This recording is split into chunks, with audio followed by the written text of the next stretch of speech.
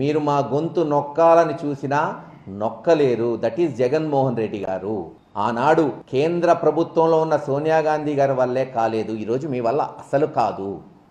మీరు ఎటువంటి ఆంక్షలు విధించినా ప్రజల పక్షాన నిలబడతాడు, పోరాటం చేస్తాడు. ప్రజలకి రావాల్సిన హక్కులు, వాళ్ళకి రావాల్సిన అన్ని సదుపాయాలు కల్పించే వరకు వైఎస్ఆర్సీపీ పార్టీ ప్రతి కార్యకర్త నాయకుడు పోరాటం కొనసాగుతుందని చంద్రబాబు నాయుడు గారు చెప్తారు కదా, నేనే డ్వాక్రాను కనిపెట్టాను. మీరు కనిపెట్టారో లేదో తెలియదు కానీ, ఎందుకంటే ఇది పివి నరసింహరావు గారి టైంలో ఊతం వచ్చింది. కానీ మీరు మటుకు డ్వాక్రా సంఘాలని మూసేసే స్థితికి తీసుకురాబోతున్నారు ఈ ప్రభుత్వంలో. వాళ్ళు రోడ్డు మీదకి రాబోతున్నారు అప్పులు కట్టలేక. మరి ఏం చేయబోతున్నారు దీని మీద?